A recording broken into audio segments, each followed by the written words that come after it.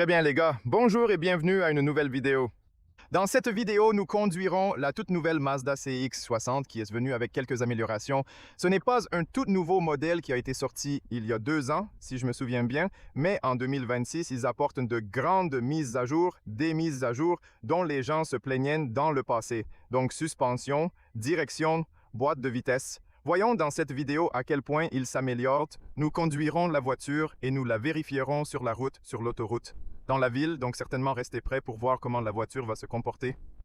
J'ai une vidéo dédiée pour découvrir l'intérieur, extérieur, matériaux et les données techniques. Regardez-la pour plus de détails. Maintenant, ce qu'ils ont amélioré, vraiment court, je serai. J'ai avec moi d'ailleurs la version hybride plug-in ici. Vous pouvez également voir à l'arrière ici le plug-in hybride est Sky Active. Il est livré avec un moteur à essence de 2,5 litres, 4 cylindres en ligne, plus un moteur électrique qui se trouve entre le moteur et la boîte de vitesse. Et c'est un système de traction intégrale, mais la biaison des roues arrière. Donc cette voiture est vraiment spéciale par rapport à d'autres systèmes hybrides rechargeables sur le marché parce que cette voiture conduit en permanence une sorte de roue arrière de la voiture et ensuite, si nécessaire, la roue avant. Donc Mazda construit cette voiture pour être un peu plus sportive, pour vous donner cet engagement plus sportif, un peu plus rigide, direction. Bien, nous allons en parler pendant que nous conduisons. Et il semble aussi que les proportions de la voiture sont différentes de celles que vous voyez dans d'autres voitures. Donc, vous pouvez voir qu'il y a un peu plus de poussée dans le dos. C'est vraiment poussé à l'arrière. Et puis, vous avez l'extrémité courte de la voiture. Et ensuite, la roue est un peu plus poussée vers le coffre, vers l'arrière de la voiture. Et puis, vous avez cette longue face avant où se trouve le moteur. Donc, c'est vraiment sympa comme proportion et ça a l'air vraiment bien. C'est une voiture très attrayante. Je dirais probablement que l'un des plus beaux de cette classe. Elle a cette position forte. Mazda excelle toujours dans la création de voitures élégantes et séduisantes. Quoi qu'il en soit, ce qu'ils ont amélioré au nouveau système. La suspension avant a donc été redessinée. La géométrie de la suspension a été redessinée et ils la rendent un peu plus rigide pour mieux réagir sur la route dans les virages, pour être un peu plus engageant.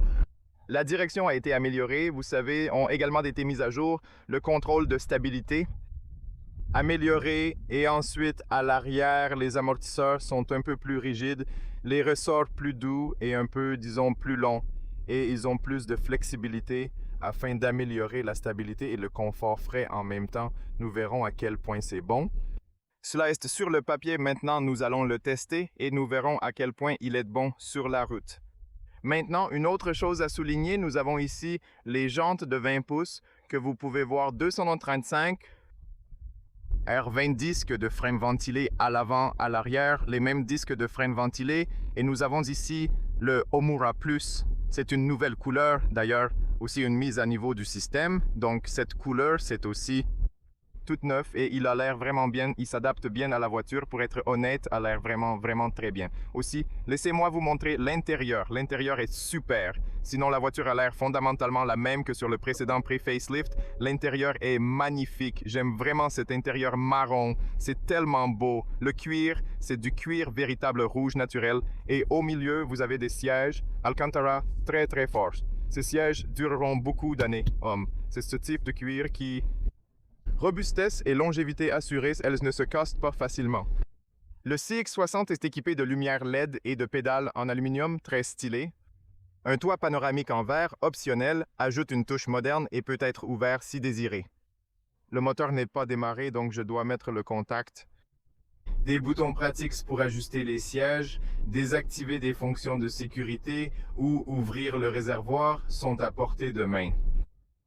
Porte maintenant, allons à l'intérieur. Laissez-moi mettre la ceinture de sécurité. Aussi, les sièges sont un peu du côté plus rigide, vous voyez, donc ils sont, vous savez, la voiture est construite, vous savez, et Mazda construit les voitures pour être engageantes et amusantes à conduire. Et c'est pourquoi les sièges sont un peu comme une Porsche, un peu du côté plus rigide et pas du côté confort, si cela a du sens. Sinon, la disposition est la même, mais c'est super beau, même en 2026, ça a l'air magnifique. L'ergonomie des commandes physiques est superbe. Siège ventilé, chauffant, volant chauffant, une mise en page fonctionnelle que j'apprécie. Vous avez beaucoup de fonctions et beaucoup de boutons.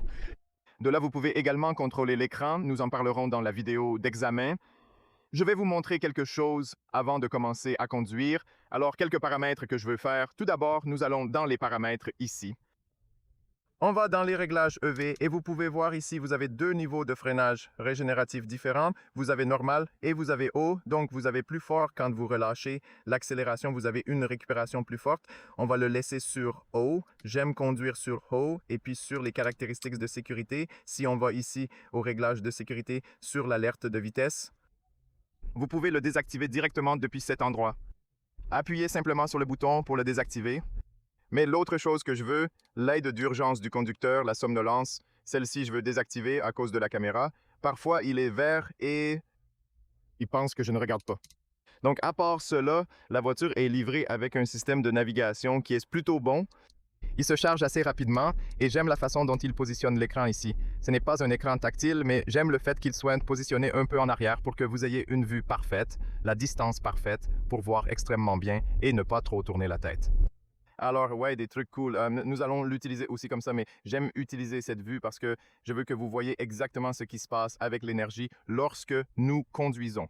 Dans cette vue, vous pouvez voir le moteur électrique entre le moteur à essence et la transmission, et vous pouvez voir quand la roue arrière fonctionne, quand la roue avant fonctionne, et ainsi de suite. C'est une transmission intégrale mécanique. Ce n'est pas comme dans la Toyota RAV4, quand vous avez une transmission intégrale électrique et vous avez un autre moteur électrique à l'arrière ici. Tout est à l'avant, et à travers un arbre d'entraînement mécanique, il entraînera aussi la roue arrière et la traction avant. C'est donc une approche plus classique. Bouton de physique ici, j'adore le volant et le vrai ton de couleur. Il a l'air charmant, réglable électriquement. La qualité à l'intérieur, c'est magnifique, rien à dire. Vous avez une caméra 360 degrés offrant une vision complète autour de la voiture, incluant les jantes avant et arrière, ce qui est vraiment pratique. A l'air cool aussi, les lignes actives vous aident à vous guider pour vous garer. Ici, vous avez un bouton, c'est super important si vous appuyez sur ce bouton. Alors, la voiture va démarrer. Regardez le moteur pour charger la batterie et je peux choisir charger la batterie à 100%. Et puis, quand je démarre, je pense que, alors, ouais, le moteur n'était pas démarré. Mais quand vous démarrez le moteur immédiatement, quand vous le mettez en charge, le moteur va démarrer et va commencer à charger la batterie. Et vous pouvez voir, en ce moment, nous avons la batterie comme environ 35%. Ici, en bas, fondamentalement, nous ne devons pas faire ça, donc je vais le laisser environ 20%, peut-être. Pour que vous puissiez voir ici, nous avons 30%, quelque chose comme ça. Pour recharger la batterie en conduisant, passez en mode de charge sur l'autoroute. Définissez le pourcentage et la voiture s'occupe du reste, ce qui est parfait. Le maintien automatique, le frein électronique, l'aide à la descente et les modes de conduite sont disponibles ici. Le mode tout-terrain modifie les graphiques immédiatement. Mode, tu changes le graphique et puis tu vois qu'il s'arrête ici. Tu passes en mode normal maintenant et puis la voiture choisira automatiquement. Puis le mode sport qui est super cool. J'adore le graphique sur le mode sport. Et tu peux voir immédiatement le moteur a été démarré et le graphique a l'air beaucoup plus beau. Je vais le laisser au début en mode normal. Donc on conduit simplement normal. Il est livré avec un affichage head-up directement sur le pare-brise. Vous pouvez pare-brise. Donc vous pouvez le voir là-bas. Ça a l'air bien. Et quoi d'autre? Quoi d'autre avant de commencer à conduire? Je veux encore vous donner quelques 22 degrés ici. Nous allons le laisser comme ça. Et niveau 1. Je veux vous donner quelques données techniques avant que nous commencions à conduire concernant la version que j'ai avec moi. Gardez à l'esprit qu'en Europe, vous pouvez acheter en branche hybride 2.5 litres, 327 chevaux, 4RM, la version que j'ai aujourd'hui avec moi, mais vous pouvez l'acheter encore aussi en diesel 3.3 litres. 6 cylindres en ligne, 200 chevaux, traction arrière ou 4RM 254 chevaux.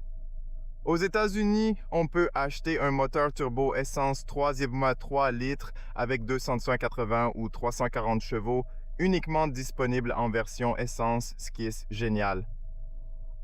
Si je ne me trompe pas, le prix commence à environ 50 000 € avec quelques réductions. Je remarque que vous pouvez l'obtenir aussi. Meilleur prix dans cette période. Nous avons Omura Plus avec option presque pleine, donc le prix est autour de 65 000. Et si vous avez quelques réductions, vous pouvez obtenir un meilleur prix. Mais c'est presque pleine option. Ma version moteur 2.5 litres moteur essence, ont 181 chevaux. Moteur électrique, ont 175 chevaux. Il y a aussi un autre générateur petit moteur électrique qui a aidé le système, puis la puissance totale, comme je l'ai dit, 327 chevaux, 500 Nm. La capacité de la batterie 1,8 kWh et utilisable 14,5 kWh et très important 0 à 100, 5,8 secondes pour un grand SUV comme celui qui pèse environ 2000 kg, 5,8 secondes. C'est incroyable, vitesse maximale 200 km/h et vitesse maximale en mode électrique 140 km/h. Donc vous pouvez conduire jusqu'à 140 km/h uniquement en mode électrique. La vitesse de charge 7,2 kW en AC et la gamme EV. Véritable portée lourde autour de 40 km. Plus d'informations, je vous donnerai au fur et à mesure que nous allons et dégagement au sol 17,5 cm, cercle de virage 10,8 m, empattement 2,97 m et la longueur de la voiture 4,76 m. Janté de 20 pouces, comme je l'ai dit, et la capacité de remorquage de 2,5 tonnes. C'est génial. De toute façon, les gars, plus d'informations au fur et à mesure que nous allons dans la vidéo d'ailleurs. Suspension indépendante, multilien à l'avant et suspension McPherson indépendante à l'avant et multilien à l'arrière qui ont été retravaillés. Maintenant, je veux réinitialiser la consommation et ensuite, nous allons commencer à conduire. Donc, où est-ce ici, juste comme ça, réinitialiser. Je vais conduire normalement pour voir la consommation à la fin du trajet. Et c'est de la caméra inverse. Vous savez, quand vous commencez à le conduire, la plupart du temps, tant que vous avez de l'énergie en ce moment, parce que je bascule un peu entre les modes de conduite, il commence avec un moteur à essence.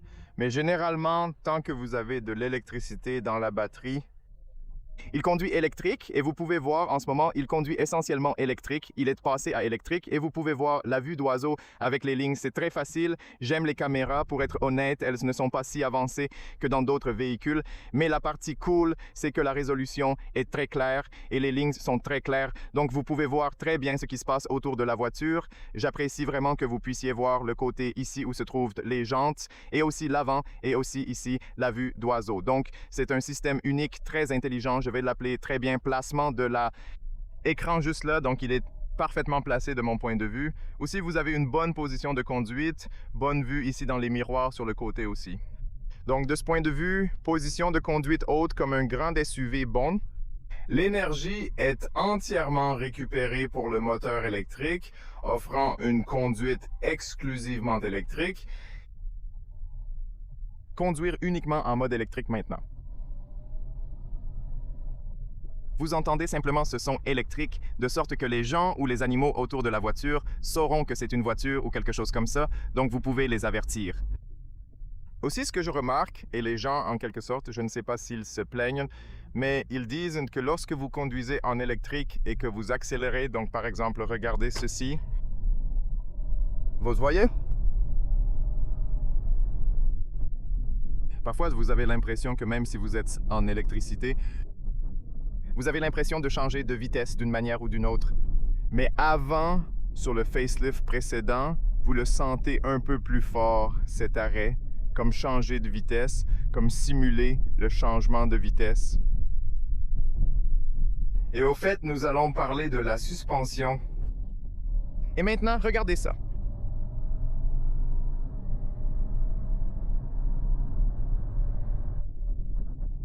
Maintenant, c'est plus lisse. Vous ressentez toujours cela un peu comme si cela changeait, même si vous conduisez uniquement électrique. Vous le ressentez encore un peu, mais c'est un peu plus doux qu'avant. C'est la première amélioration que je ressens. C'est donc un peu mieux, peut-être de 5 à 10% mieux qu'avant. Une autre chose dont ils se plaignent, c'est la direction. Et la direction, définitivement, j'ai l'impression qu'elle est un peu meilleure. Je veux dire, pas un peu, peut-être 15 à 20% meilleure. Donc, j'ai l'impression que le feedback est, parce qu'ils améliorent la géométrie de la suspension avant et qu'ils sont plus rigides, j'ai l'impression que c'est effectivement un peu plus engageant et plus amusant à conduire et un peu plus direct au moins lorsque vous avez une certaine vitesse à faible, très faible vitesse, en dessous de 30 km/h. Oui. Vous ne le ressentez pas trop, mais au-dessus de 40 km/h, vous avez certainement l'impression que la direction est plus engageante et vous avez un meilleur regard de feedback et vous ressentez immédiatement que lorsque vous accélérez et vous voyez que c'est beaucoup plus engageant. Oui, vous savez, Mazda veut vraiment améliorer cette voiture pour en faire de grandes VUS, amusantes à conduire, sportifs à conduire. C'est cool qu'il s'agisse d'une traction arrière et qu'il ait cette poussée par l'arrière. Vous sentez comment la voiture vous pousse par derrière et vous pouvez voir jusqu'à présent, seule la roue arrière était conduite. Je n'ai même pas vu la traction avant, mais elle est capable de le faire, mais elle ne l'utilise pas. La plupart du temps, conduira avec un système de traction en arrière. La récupération d'ailleurs sur le haut, elle est relativement forte. Pas très fort, mais regardez, si vous relâchez l'accélération, vous pouvez plutôt anticiper le trafic. Il n'est pas très fort, mais c'est plus que suffisant pour anticiper le trafic et l'utiliser de manière très efficace. Maintenant, accélérez ici. Sur les courbes, il reste très bien, beaucoup mieux. Vous pouvez voir maintenant que si nous allons un peu plus agressif, je sens immédiatement les améliorations sur la suspension et je peux certainement dire que la voiture est plus complète maintenant. Laissez-moi vous montrer aussi le pilote automatique et ses systèmes pour que vous puissiez l'activer. Le graphique change également à l'avant lorsque vous activez le pilote automatique et les systèmes de sécurité. Maintenant, vous pouvez voir le moteur à essence en marche et aussi le moteur électrique. Et maintenant, juste le moteur électrique lorsqu'il croisière ou ralentit. Alors, c'est cool! Vous pouvez également choisir la distance entre la voiture devant. Vous pouvez rester un peu plus loin. Et si la voiture devant est partie, vous savez, ma voiture roule 90, mais si je vais un peu plus vite et je choisis 100 km/h, la voiture va accélérer à 100 km/h. Regardez ceci quand il voit, mais il voit la voiture là, donc il s'adapte en quelque sorte en fonction de ce qui est autour de la route. Et en ce moment, c'est juste conduire lui-même. Et j'ai remarqué et j'ai testé aussi hier, les systèmes de sécurité sont plutôt bons. En ce moment, le moteur à essence marche parce que à une vitesse plus élevée, le moteur à essence c'est plus efficace. Lorsque vous avez une vitesse plus élevée, donc lorsque la voiture pense qu'il est plus efficace d'utiliser le moteur à essence, nous utiliserons le moteur à essence. Vous pouvez voir le point mort aussi là dans le coin du miroir. Il fonctionne avec un moteur à essence et en accélérant, la vitesse augmente. C'est maintenant le moteur électrique qui fonctionne. Donc, en fonction de ce que la voiture ressent, elle bascule entre ces deux. Mais je remarque que c'est doux. Il est très fluide à grande vitesse. La transition entre ces deux, vous ne le remarquez pas. Une autre chose cool que j'aime, c'est le fait que vous ayez un gros moteur essence qui ne produit pas trop de chevaux, non? Donc cela signifie le moteur à essence ne fonctionnera jamais à la capacité maximale, ne sera jamais utilisé très intensément ou ne poussera pas aux limites ou des trucs comme ça, comme c'est le cas sur un moteur à essence pur ou un moteur diesel pur. C'est donc une bonne chose pour la longévité du système, pour la longévité du moteur à essence. Maintenant, les deux travaillent ensemble. Et de cette façon, le moteur fonctionnera dans les limites, donc ne sera jamais poussé, donc durera plus longtemps dans le temps. Donc c'est quelque chose que j'aime. Maintenant, sinon 100 km/h, parce que nous avons un long empattement, la croisière, c'est très agréable. Vous avez un bon confort, une bonne visibilité. Vous n'entendez pas trop de bruit de l'extérieur. Donc dans l'ensemble, c'est une belle voiture premium. L'isolation acoustique est très bonne. Nous avons un double verre d'ailleurs. Nous avons donc un double verre, ce qui est génial. Ainsi, cela aidera avec l'isolation acoustique avec une meilleure insonorisation de l'extérieur. Je prends le contrôle. Vous pouvez désactiver depuis ici et passer le graphique en mode normal. Voilà la vue normale maintenant. Définitivement, la suspension aussi sur les longs trajets est meilleure. Il se sent mieux lien comme dans l'ensemble, la voiture. Et je veux dire, le châssis, là, la suspension, c'est tout. Si vous avez une excellente configuration de suspension, alors la voiture se sent bien aussi dans les courbes, aussi à croisière longue vitesse sur les bosses et ainsi de suite. Et cette voiture pèse assez lourd, 2000 kg, c'est une voiture assez lourde. Donc, l'UHC, c'est assez difficile à mettre en place. Une excellente suspension pour avoir tout ce que vous savez. Et regardez ceci, par exemple, regardez ceci dans la courbe. Vous avez certainement l'impression que c'est mieux lié Aussi bien la direction, meilleur feedback, je ne sais pas. Cette fois, comment ils ont mis en place la suspension avant et la direction, je n'ai rien à dire. C'est juste comme ça devrait être. C'est beaucoup plus engageant, beaucoup plus agréable, bien sûr. C'est un gros SUV, tu as encore un peu de penchant, mais c'est vraiment engageant, c'est vraiment agréable. La pédale se sent bien bonne, qualité, rien à dire sur cette fonction de maintien automatique. Ça s'engage très en douceur, donc j'ai l'impression que cette voiture est assez complète en ce moment.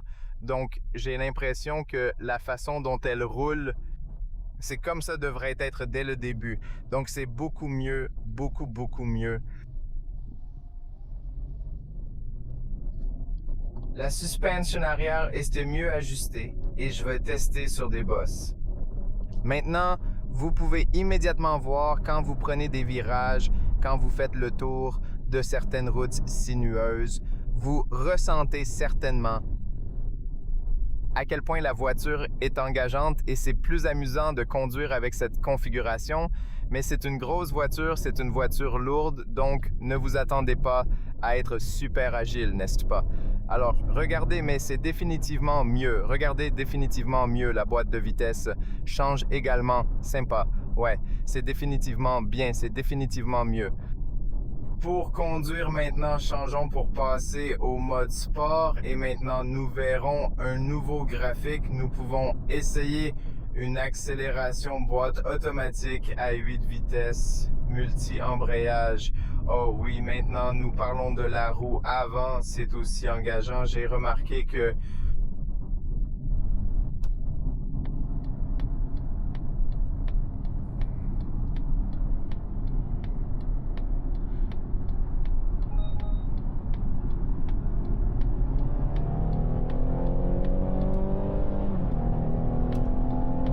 ouais, ça tire et nous montons et la voiture tire assez fort. Et maintenant, roue avant et roue arrière. Oui, vraiment sympa. Et vous entendez le tour du moteur.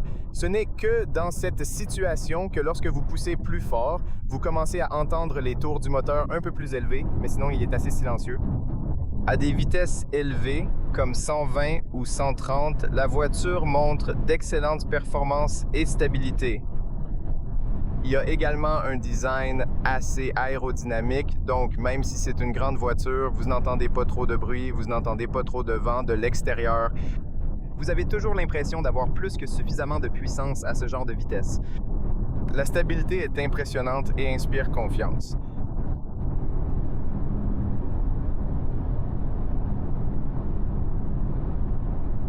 Honnêtement, tout dans cette configuration me plaît énormément. Si je veux accélérer, vous pouvez remarquer que même à cette allure, il reste encore beaucoup de puissance à disposition.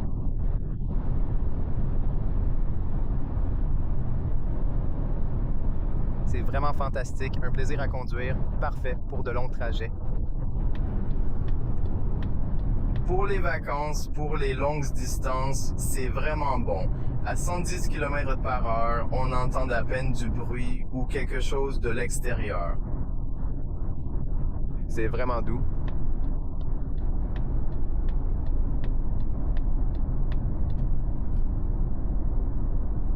Retournons maintenant au mode normal.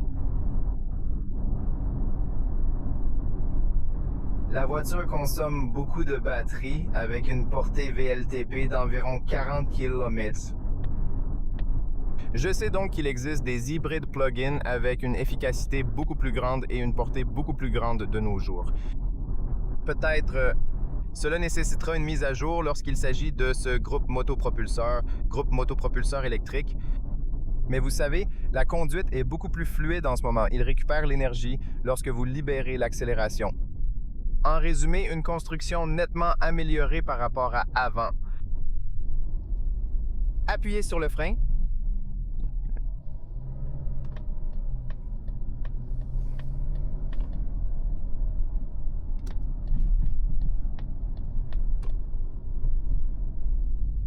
La configuration devient plus sportive et rigide. Suspension meilleure pour bosses petites à moyennes, bien que raide sur grosses bosses. Une grande voiture lourde, c'est compréhensible. Mais ils le font autant qu'ils peuvent pour être une voiture sportive ou un retour de sensation sportive parce qu'ils veulent vous donner ce sentiment que c'est une voiture engageante. Le volant n'est pas très assisté. Regardez. Vous voyez, c'est beaucoup mieux. Il absorbe beaucoup mieux les chocs. Regardez, c'est plus rigide ici tout en restant légèrement confortable. Beaucoup meilleur équilibre. Il trouve donc cet équilibre entre stabilité et confort. Et je sais que c'est difficile parce que je teste tellement de voitures et je sais que c'est très difficile de le faire. Parfaitement, regardez. Ouais. Il est vraiment complexe de concevoir une voiture aussi grande avec une suspension rigide, une sensation engageante tout en offrant confort et une douceur agréable, semblable à du velours. Donc, que vous ayez une voiture super confortable, elle est super moelleuse, et ensuite, vous avez un peu de roulement dans les virages. Et oui, mais équilibrer les deux ensemble, c'est un peu difficile. Mais oui, je suis heureux de voir que la direction, au moins, est vraiment bonne configuration. La suspension est bien meilleure. Je crois sincèrement qu'ils ont atteint une limite avec ce genre de configuration et cette disposition globale du véhicule. En considérant le tout, on peut réellement noter une avancée par rapport aux problèmes rencontrés auparavant. Maintenant, nous pouvons dire que c'est une voiture plus complète.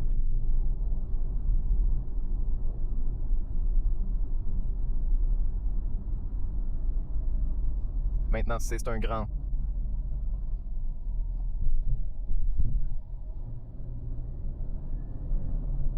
Regardez attentivement cet amortisseur ainsi que les douilles et brosses, tout est travaillé.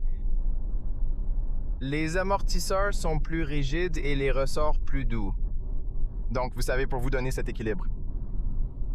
Globalement, le résultat était vraiment positif. Une nette amélioration est indéniable. Conduire, c'est agréable. C'est assez lisse et linéaire. Aussi, à cet égard, je pense que c'est pertinent. C'est une bonne voiture et elle est très réelle pour 2026, même s'ils n'ont pas apporté une toute nouvelle voiture, un tout nouveau changement, et ils ont juste amélioré les petites choses. Je pense que c'est toujours une grande voiture, même en 2026, même s'ils sortiraient pour la première fois ce design et de cette voiture comme elle est maintenant, ce sera assez réel. Peut-être la porter en mode électrique.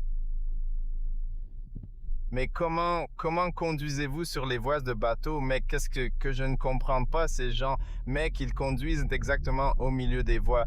Il y a deux voies et ils conduisent au milieu. Je ne pense pas que jamais ce pays sera éduqué. Ces gens là-bas, il n'y a aucune chance, mec, ils n'ont jamais eu la chance. Je pense que je vais mourir 3 fois jusqu'à ce qu'ils soient éduqués et qu'ils aient le respect ou qu'ils apprennent les règles. Pourquoi est-ce si difficile de rester sur sa voie? Écoute, un autre au milieu. Tout le monde roule au milieu entre les voies. Il y a beaucoup de trous ici, c'est problématique. Regarde ça, si vous se roulez sur la première voie, vous avez beaucoup de trous, vous tuez votre voiture plus vite. Mais quand même, vous savez, comme conduire au milieu. Regardez, la première voie. Quoi qu'il en soit, c'est bien que nous puissions tester la suspension et vous pouvez certainement sentir la façon dont ils sont installés. Donc oui, c'est une configuration pour la sportivité. Pour ceux d'entre vous qui ne le savent pas, c'est un peu plus du côté sportif, comme 60% du côté sportif, 40% du côté confort et la direction de même. C'est une disposition et une configuration que Mazda veut rendre un peu plus sportif. Et c'est pourquoi les voitures de Mazda, elles sont un peu plus engageantes. Donc, quand vous la conduisez et que vous êtes amusant à conduire, c'est définitivement une meilleure voiture. Bien. Garons-nous ici et ensuite nous finirons cette vidéo, les gars. Nous sommes donc à l'inverse. Vous voyez que les caméras sont géniales. J'aime vraiment les caméras. J'adore vraiment ça. Ils ont l'air sympas. Ils sont super utiles, les caméras. Maintenant, regardons d'abord la consommation de freins à main électroniques. C'est le plus important. Nous avons donc 33,3 kWh plus 6,4 litres de consommation. Donc cette somme ensemble sera autour, je ne sais pas, 6,87 litres de consommation autour là, les chiffres réels. Si nous appuyons sur celui-ci ici maintenant, vous allez charger et maintenant vous verrez ici haut sur l'écran ce icône et maintenant la voiture va charger la batterie et je vais vous montrer que vous pouvez voir que par exemple, regardez par exemple, le moteur à essence en ce moment est juste chargé la batterie. De toute façon, les gars, de mon point de vue, je pense que c'est une voiture beaucoup meilleure dans l'ensemble. Donc la suspension est meilleure, la direction est meilleure. Certainement, vous sentez que c'est une voiture beaucoup plus complète en ce moment et il se sent mieux, plus engageant. Donc je dirais une amélioration de 15% à 20% là-bas. Ils ont réalisé un excellent travail sur cette voiture. Elle a été lancée il y a quelques années, donc certaines améliorations pourraient être envisagées, notamment sur les logiciels, graphiques et plus de configuration, mais en ce qui concerne l'hybride rechargeable, ici sur le système hybride rechargeable, il pourrait améliorer. Vous connaissez la portée un peu plus et oui, dans l'ensemble, c'est une bonne voiture. L'efficacité de mes tests est bien, je veux dire, pour une si grande voiture. D'avoir une consommation de 7 litres comme nous avons conduit en ce moment, je pense que ce n'est pas le meilleur, pas le pire, c'est bien parce que c'est une voiture vraiment grosse et une voiture lourde. Donc, c'était la vidéo. J'espère que cette vidéo vous sera utile pour obtenir des informations détaillées. Regardez l'examen avec la voiture similaire où je partage tout en détail ainsi que l'essai nocturne pour voir les lumières. Une vidéo complémentaire sera disponible sur ma chaîne à ce sujet. Merci à tous pour votre soutien et attention. Restez prudents et à bientôt dans la prochaine vidéo. Au revoir.